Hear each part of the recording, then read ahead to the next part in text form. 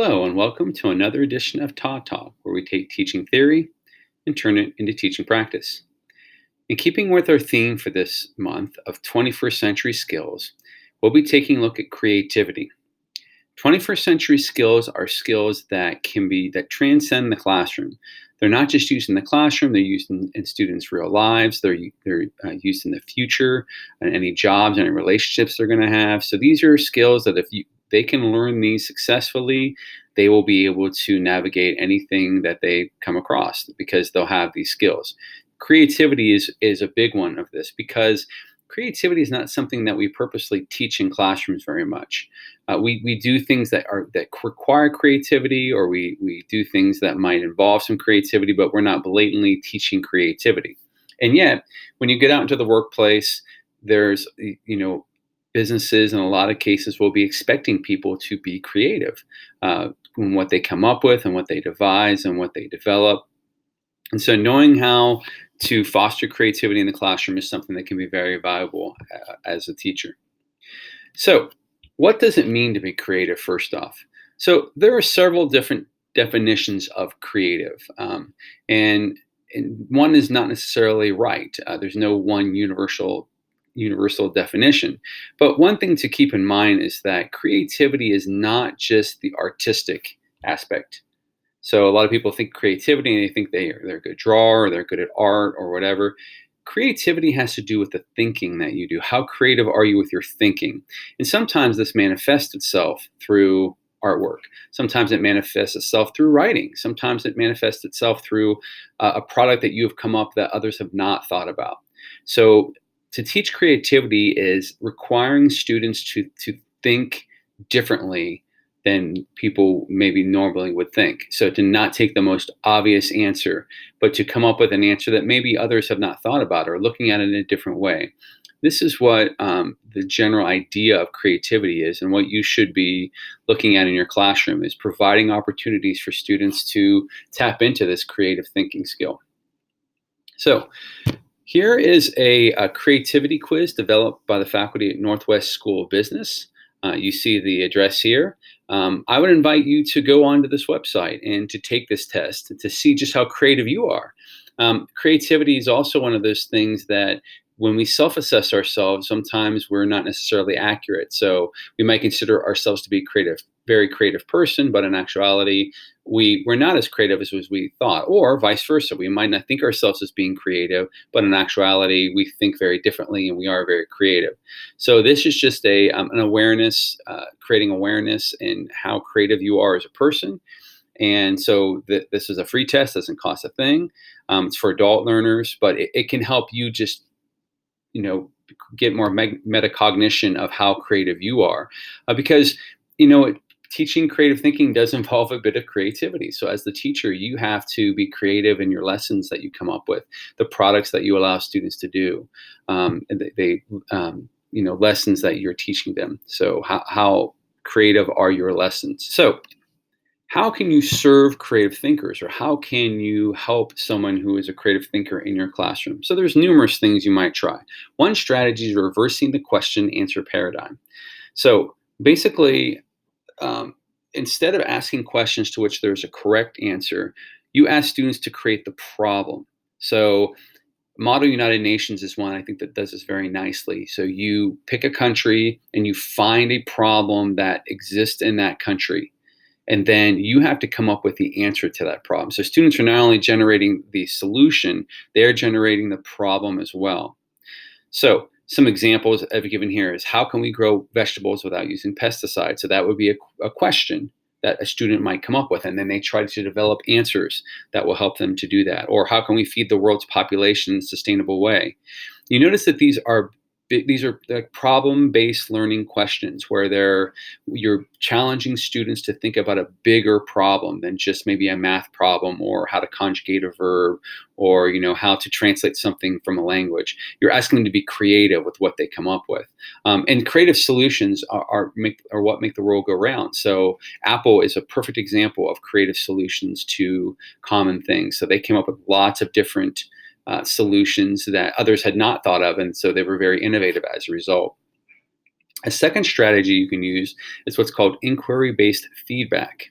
So in this, you ask students to, instead of doing their likes and dislikes, you ask them to give feedback in the form of I've noticed that, or why they think this way and how. But you have students give each other this type of feedback, in that you're kind of probing to ask more questions. So if a student brings up something, another student is going to ask why, or they're going to ask how, or they're going to say what made you come up with that. They're going to keep pushing the inquiry a little bit deeper to where you're getting, not just a surface level answer, but you're getting something that's a lot more in depth. And teaching students to ask these questions of one another, and of you for that matter, are a good way for creative thinkers. So, you may run across that student who asks a lot of questions in your class, and it can be annoying at times, certainly. But what we sometimes are failing to notice is this student is a creative thinker that just is inquisitive and wants to think about different possibilities. And so, why can't you explore some of those possibilities? Why can't you do that? The third one is encouraging students to take risks, especially with their creativity. So, the saying is go big or go home. But a lot of times in classrooms, we actually dissuade kids from going big.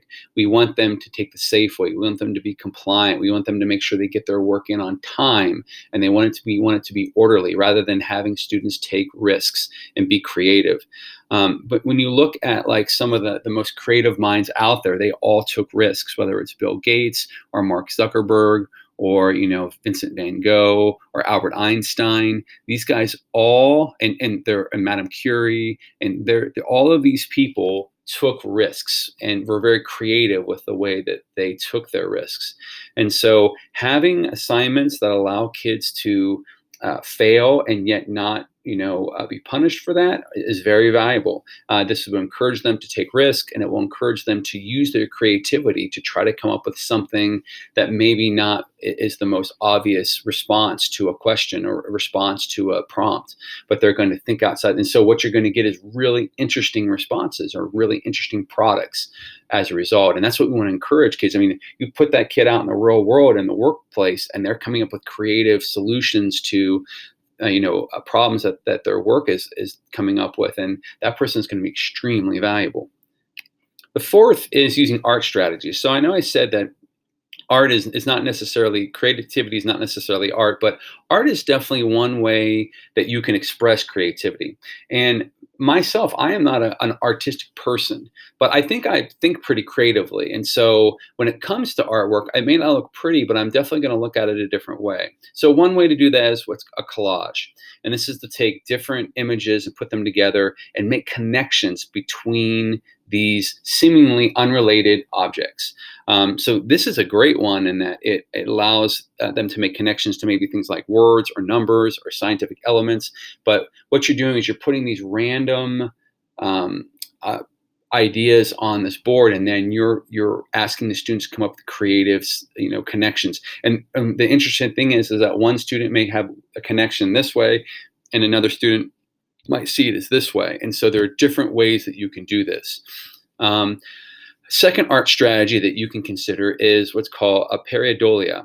And this is when you look at an object and find something that's not really there. And a perfect example of this is you look at the clouds. And clouds are clouds. They're not really, no one is creating clouds or making clouds into shapes, but our minds often will, find shapes within the clouds, whether it be an elephant or a bird or whatever. But you can do this in the classroom as well. You can ask them to reinterpret a character's mood. So, for instance, if you look at a literary character, is there a backstory that they can come up with, and that maybe justifies the way that they acted? Things of that nature. You can use this in math when you're asking them to make something out of something that seemingly doesn't make any sense, or something that's not there, but they can connect that to some other form of math, or some math that they're going to use in their own life.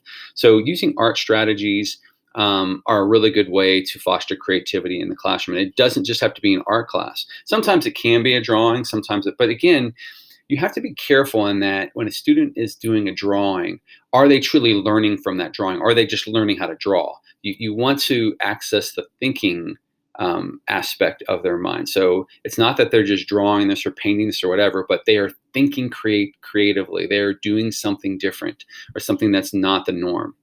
A fifth strategy, and one of my favorite, is open-ended tasks. So I do this a lot on my project-based learning, where students are given an open-ended task that has no clear-cut, definitive answer. And then you ask them to come up with solutions. And the really interesting thing about this is that you are going to get so many different possible answers that you're going to have lots of things to talk about, and people will learn from one another, and people will think about things differently.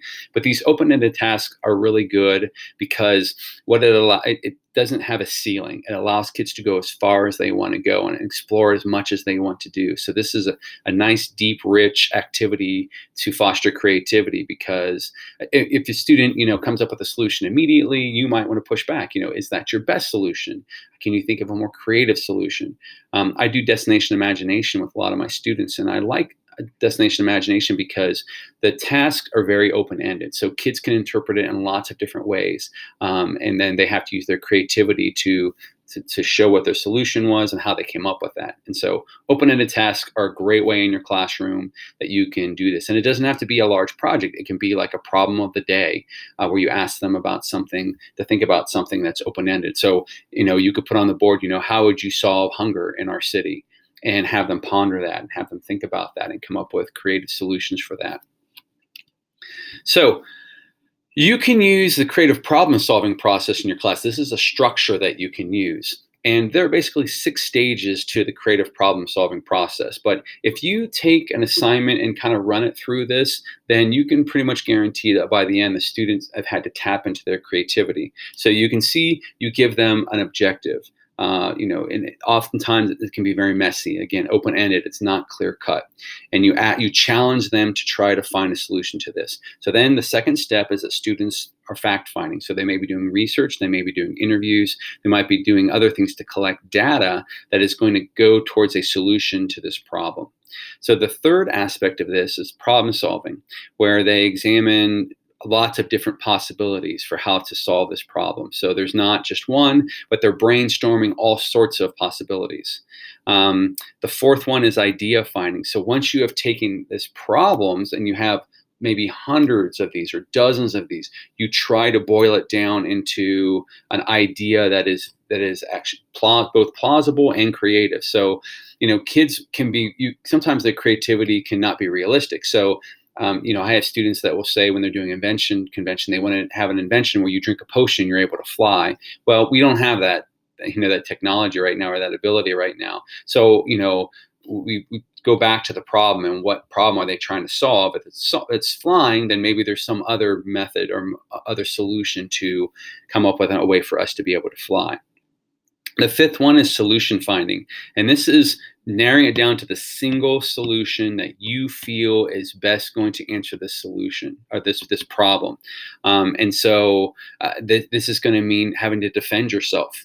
And explain why you chose the answer that you did, and why you think this, and justifying why this one is the best. So again, now you're accessing those higher level order thinking skills of evaluation, where you're having to actually make a defense for the solution that you came up with.